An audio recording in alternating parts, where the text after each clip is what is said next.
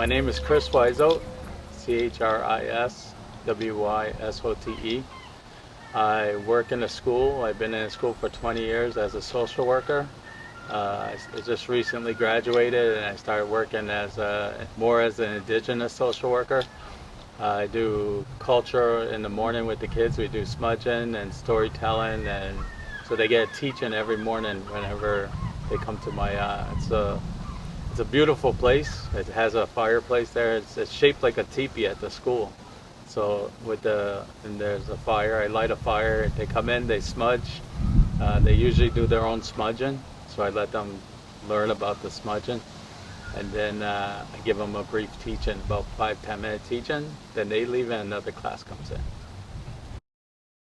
The children, it has to be the children, because when I teach the children, I'm teaching them about our culture, reconnecting with our traditional values and beliefs, whether it's dancing, whether it's part of the language, whether it's just learning things that they need to learn.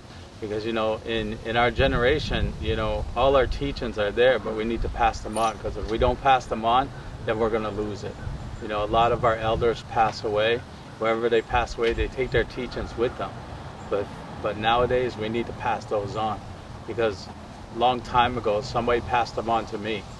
I've been doing this for 31 years, and I used to go to sacred fires and listen to the elders speak. And whenever the elders would speak, I would listen. I always listen. And I'd learned things throughout the years, and I say I have to do the same for the children, to pass that on to them, so that they can pass it on to the next generation. With my well-being, I grew up in a city outside of Boston. So growing up in a city, it's tough. Like you just gotta survive on the streets and do what you can to get by. It turned to alcohol, turned to drugs. Throughout the years when I was using, I didn't care about anything. I just never cared about myself at all. And then I woke up one day and I had enough, and then I started turning to my culture. And when I turned to my culture, I remember going to a powwow and dancing at a powwow, and it was in Red Bank, Metabenagyak. And when I was there, I was there drumming with a drum group from the Native Friendship Center. And then after that, I went out and I started dancing. I just walked around, started dancing. I had a beaded bracelet when I first started dancing. I was so proud of that bracelet because I made it myself. And I said, yeah, I'm gonna go out, I'm gonna rock it, I'm powwow now, So then somebody gave me an eagle feather, and that just lifted my spirits right up. So I started dancing with that one feather and the beaded bracelet. I'm dancing around. My friend comes up to me, and he's in full regalia. And he says, here, hold this for me. He hands me an eagle staff. And I held it, and I just felt that connection with that eagle. That spirit connected with me, and something took over my body, and I started dancing even harder and harder. And my friend's name was Percy Sakobi, so from St. Mary's. So I was dancing with him, and then went around a couple of times, and then he came back. He goes, can I have my eagle staff back? And I'm like, no, I love the way this thing makes me feel. It makes me feel alive, and I felt that connection, the spiritual connection with that eagle. Then I went around again. He goes, no, really, can I have it back? And I'm like, really? So I gave it back to him, and I said, how can I get one of those? I need to get one of those. And he goes, all you gotta do is commit to dancing. He goes, you commit to dancing, everything will come to you. So that year I committed to dancing, and then everything came to me, and I've been dancing at powwows for 31 years now.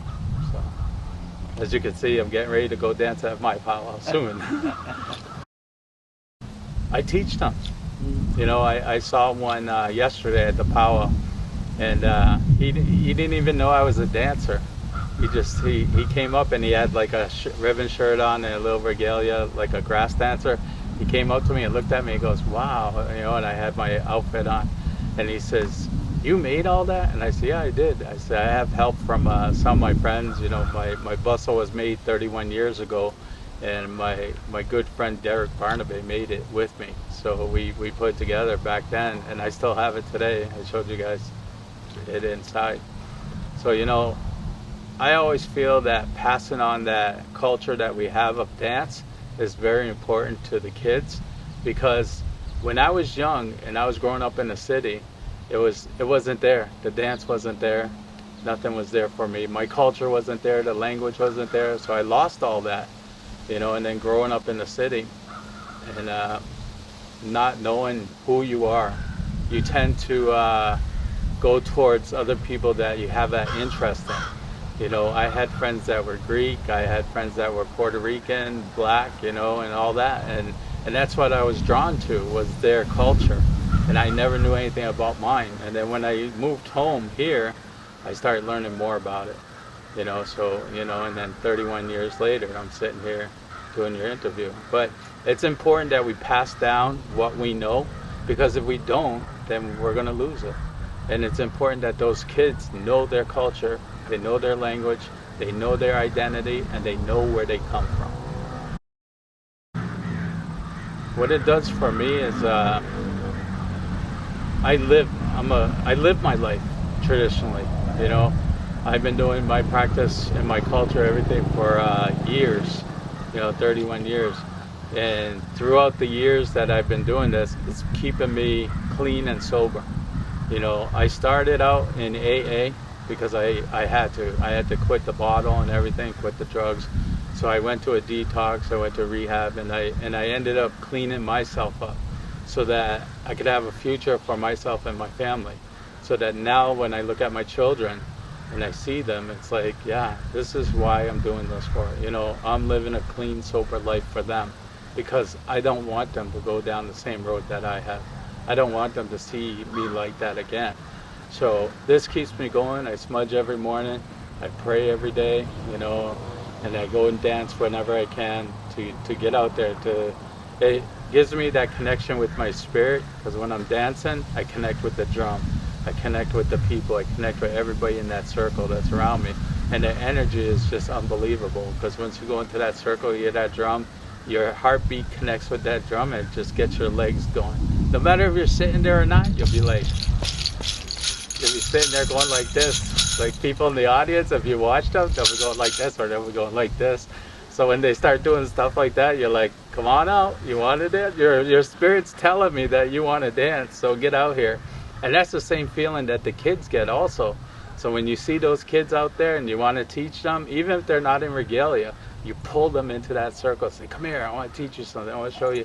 I said, if you can walk, you can dance. So as long as you can walk, you're dancing. You know, just put one foot in front of the other and you're going. Yeah, so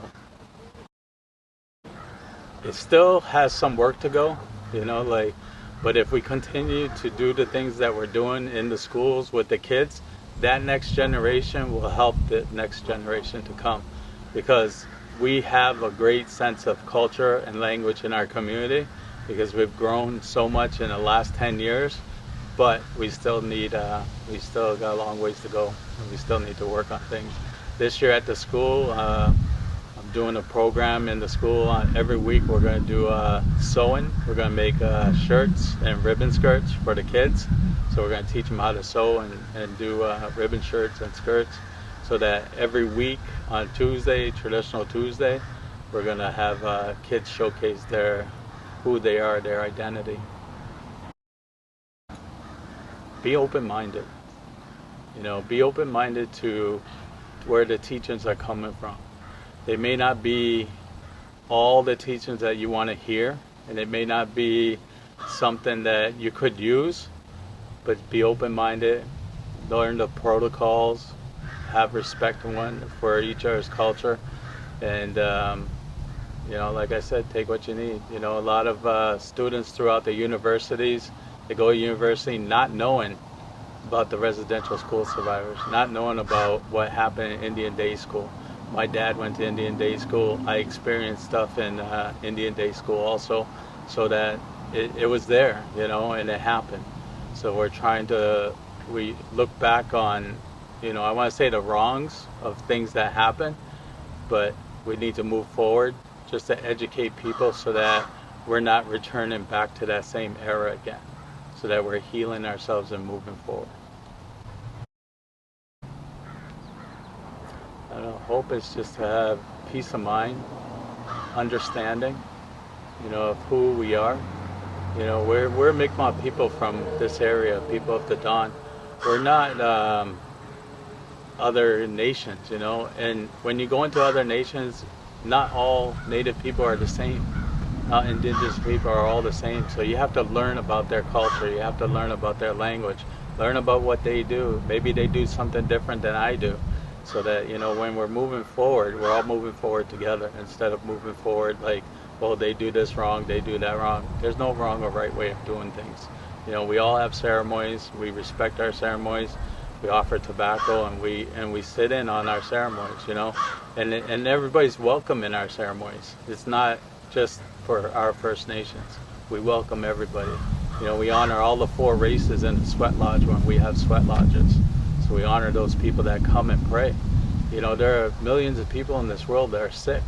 So we need to pray for them, whether it's you praying for them or me praying for them or somebody else. We're all in this together. So we need to always think about what we do as a unit together instead of individual. I think we need to look, help find yourself. You know, I also work in a detox and mental health. You know, mental health is a big issue in our country, and it's a silent killer. You know, so we need to look into helping people and making sure that their well-being is taken care of. You know, we live in a society where we know people, but do we really know what they're going through? You know, to help them, we need to be able to talk to them. You know, go up to them and talk to them, have that conversation with them. You know, don't just say hi and walk by, you know, and say, hey, how you doing, and keep on going. You know, it's like, you ask me a question, you're going to come back and I'm going to answer you that question. You know, so I think, you know, taking the time to speak to people, even our elders. You know, our elders share so much knowledge. Whenever we see our elders, we just hi, give them a hug, and keep on going. Same thing. They have so much teachings to offer, to give. Have a seat, have some tea, have some coffee with them, you know, sit down with them for a while. Even our own elders, like our grandmothers and grandfathers, we don't take that time to go there and visit them and sit down with them and learn more about our culture, because they have all the answers, that everything that they've done in the past, they can tell you about it.